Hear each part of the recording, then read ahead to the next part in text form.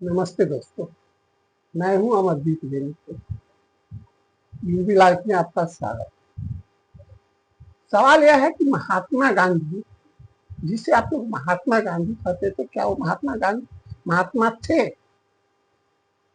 मेरे नजरों में नहीं थे, क्योंकि वो महात्मा के नाम पर एक कलंक थे। वो नंगे लड़कियों के साथ सोते थे, एक नहीं दो को नंगा सुलाते थे और कहते थे कि मैं ब्रह्मचर्य का प्रयोग कर रहा हूं। अरे ये तो बीमार आदमी ही करेगा। अगर आसाराम बापू बोले कि मैंने उन लड़कियों के साथ प्रयोग किया हूं तो कोई मानेगा? तो महात्मा गांधी जो कहते थे कि मैं प्रयोग कर रहा हूं, वो कैसा था? उनका जीवन में भी विवाद रहा और मरने के बाद भी विवाद उनकी जिंदगी रहे। उनके साथ जुड़ा हुआ नाम मन्नू, जो उनके भतीजे की लड़की थी। दूसरा सुशीला नायर, जो उनके सेक्रेटरी का लड़की था। तीसरा प्रभा देवी, जो जयप्रकाश जेपी के पत्नी था। और चौथा आशा गांधी। आशा गांधी उनके भाई, छोटे भाई कंकू का लड़की था। ये सारी बातें मैं आपको आज बताऊंगा। मैं नहीं, मैं कोई बनावटी नहीं कह रहा हूं, मैं प्रूफ करके बता रहा हूं, जिस पर मनु ने डायरी लिखा है और उनका सिग्नेचर है उस पर। यह मैं प्रूफ कर दूंगा, साबित कर दूंगा कि यह बात सारे सही है।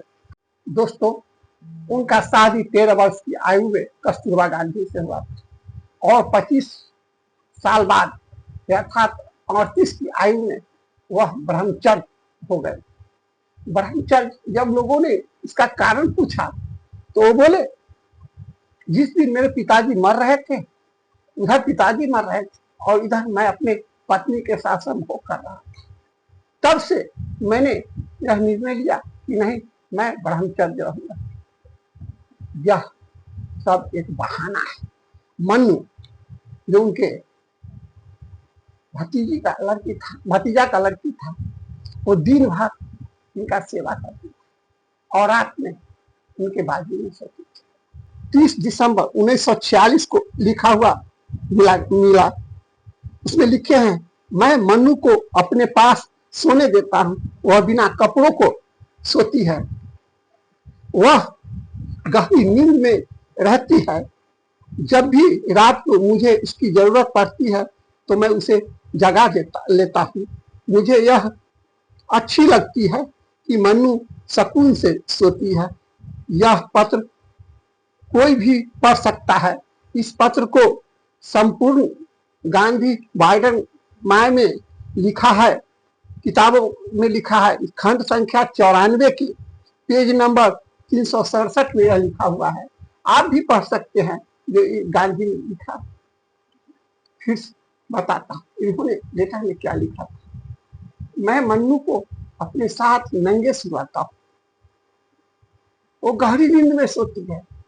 उसको जब जरूरत होता है तो उसे मैं उठाता हूं और फिर वो सो जाती है। मुझे बहुत अच्छा, मतलब एक बीमार आदमी ही बोलेगा ना कि मुझे लड़की का नंगा शरीर अच्छा लगता है। लेकिन मुझे पता नहीं लोगों को ये महात्मा कैसे नजर आते हैं।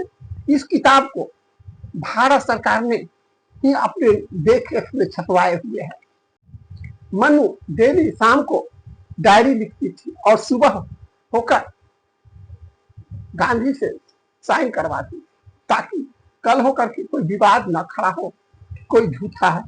यह 12 खंड आज भी भारतीय सरकार के पास अक्वाइस में पड़ा हुआ है, मतलब रिजर्व में पड़ा हुआ है। गांधी जी को जिस पर सारे पर हस्ताक्षर है। 21 दिसंबर 1946 को एक खत में लिखा हुआ है, मनु ने डायरी लिखी है कि मैं और सुशीला दोनों एक ही पलंग पर महात्मा गांधी के साथ सोई थी। पहली बार महात्मा गांधी ने उन्हें हक किया, मतलब आलिंगन दिया और मेरे मासूम बने रहने की सराहना की। इस बात का खुलासा इंडिया टुडे में किया गया है। आप सब पढ़ सकते हैं। 1947 को प्रार्थना सभा में खुद चौंकाने वाले बयान दिए। मेरी पोती मनु मेरे साथ रहती है और वह एक बिस्तर पर ही हमारे साथ सोती है। यह एक यज्ञ है, मतलब उनके यज्ञ है। यह मेरी पवित्रता का परीक्षा है। आप लोग आशीर्वाद दीजिए कि मैं इस यज्ञ में सफल। मतलब नंगे लड़की को आप पास में सुलाते हैं और कहते हैं कि यह यज्ञ है। नहीं, यह बीमार है व्यक्ति, यह बीमार है जो नंगे लड़की औरतों को चेहरा देख करके उसके दिल में खुशी पैदा होती है और उसको उसने जनता को भ्रमित करने के लिए ये बयान दिया कि यह मेरी तपस्या है, मैं ब्रह्मचर्य पर रिसर्च कर रहा हूं। सुनते ही सारे अखबार में छापना शुरू कर दिया। इस बात को वल्लभ भाई पटेल ने लेटर लिख करके इस प्रयोग को रोकने के लिए कहा, लेकिन कहाँ महात्मा गांधी सुनने वाले हैं, जिसको यह रोग लगा हुआ है कि लड़की को जिसम देखे और रात भर देखते रहे, उसे क्या छूट सकता है?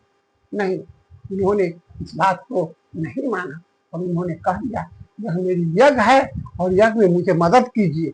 देखिए बात को कैसे घुमाया जा रहा है, आप भी समझ सकते हैं ये बात को कितना घुमाया गया है।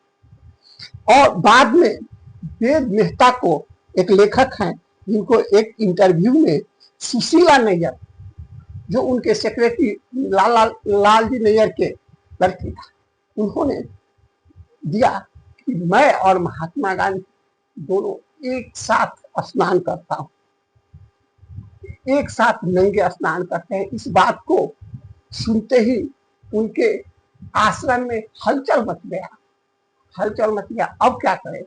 महात्मा गांधी ने सफाई देते हुए पब्लिक में ये बयान दिए कि हाँ, सुशीला मेरे साथ नहाती है, लेकिन मैं सुशीला का साड़ी लेकर के अपने शरीर पर ओढ़ लेता और आंखें बंद कर लेता। मुझे पता नहीं चलता वो अर्धनग्न नहा रही है या नंगे होकर नहा रही है। लेकिन हाँ, मैं अपने नहाने के साथ नहाने के लिए करता हूं। अब देखिए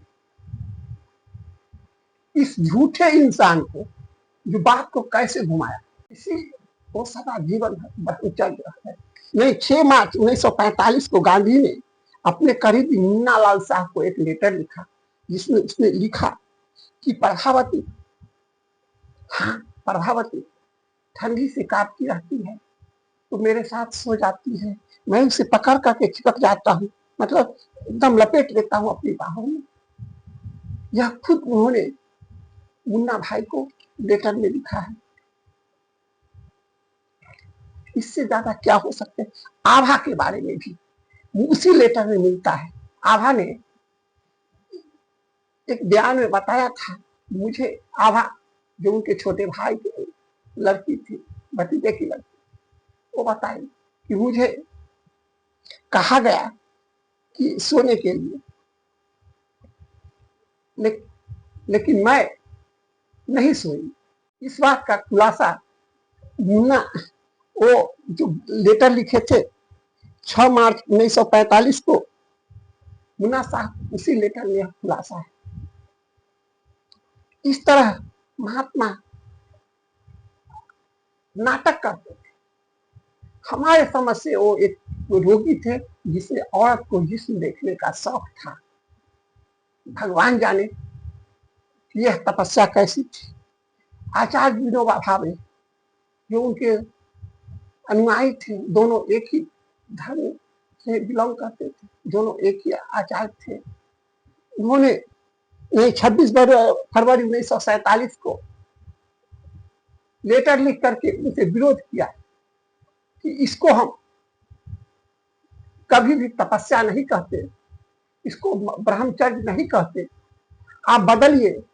ब्रह्मचर्य का ये मतलब नहीं है कि आप जो कर रहे हैं, लेकिन वो नहीं माने, वो अपनी जिद के कारण, क्योंकि जो नशा पड़ गया है वो जिद कैसे नहीं मानेगा। और उनके अंदर नशा था, वो नहीं माने, लेकिन आचार्य विनोबा भावे ने इसका विरोध किया, इसी तरह चलता रहा। इसके बाद कुछ ही दिन बाद मारे गए, आपको मालूम ही है, मारे गए।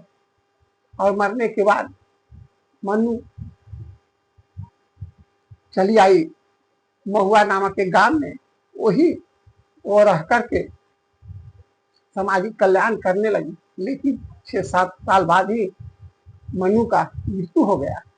अब बताइए आप, जो व्यक्ति एक दिन भी बिना लड़की को नहीं सो सकता था, उसके दोनों बाजू में, एक साइड मनु नंगा होकर के सोती थी, एक साइड सुशीला नंगा होकर के सोती थी। प्रभा देवी भी थी, जयप्रकाश को धोखा देती। मैं यह नहीं कहता कौन गलत है कौन सही है, लेकिन नंगा सोने का प्रूफ हर जगह है, किताबों में है। आप जाकर के मनु का डायरी निकलवा करके पढ़ सकते हैं, इसके 12 खंड मौजूद है और 12 खंड में इसका खुलासा है। अब आप ही बताइए, गांधी को महात्मा कहेंगे, देशद्रोही कहेंगे या क्या कहेंगे? अगर महात्मा कहेंगे महात्मा गांधी को, तो फिर इसको क्या कहते हैं, राम रहीम को भी कहिए, बापाराम आंसू को भी कहिए। बापाराम बापू आज बोलने लगे कि मैं भी लड़की पर प्रयोग कर रहा हूं। रहीम राम रहीम कहने लगा मैं भी बापू की तरफ प्रयोग करने लगा हूं, तो क्या होगा भैया? वो जमाने में गांधी महात्मा गांधी लोग महात्मा कहते हैं, वो सबको भ्रमित किए और अपना जीवन नैन सुख के लिए जिए। थैंक यू दोस्तों, मेरा वीडियो अच्छा लगे तो लाइक कीजिए, सब्सक्राइब कीजिए। अगर इसका प्रमाण चाहिए, मैं कोई गलत नहीं बोल रहा हूँ, सारे रियल है, कुछ कटिंग भी मैं आपको दिखा रहा हूँ, देख लीजिएगा, और रियल है। और आप लोग चाहें तो इसकी जांच कर सकते हैं, इसके 12 डायरी हैं मनु के, वो मंगवा करके पढ़ सकते हैं। थैंक यू दोस्तों।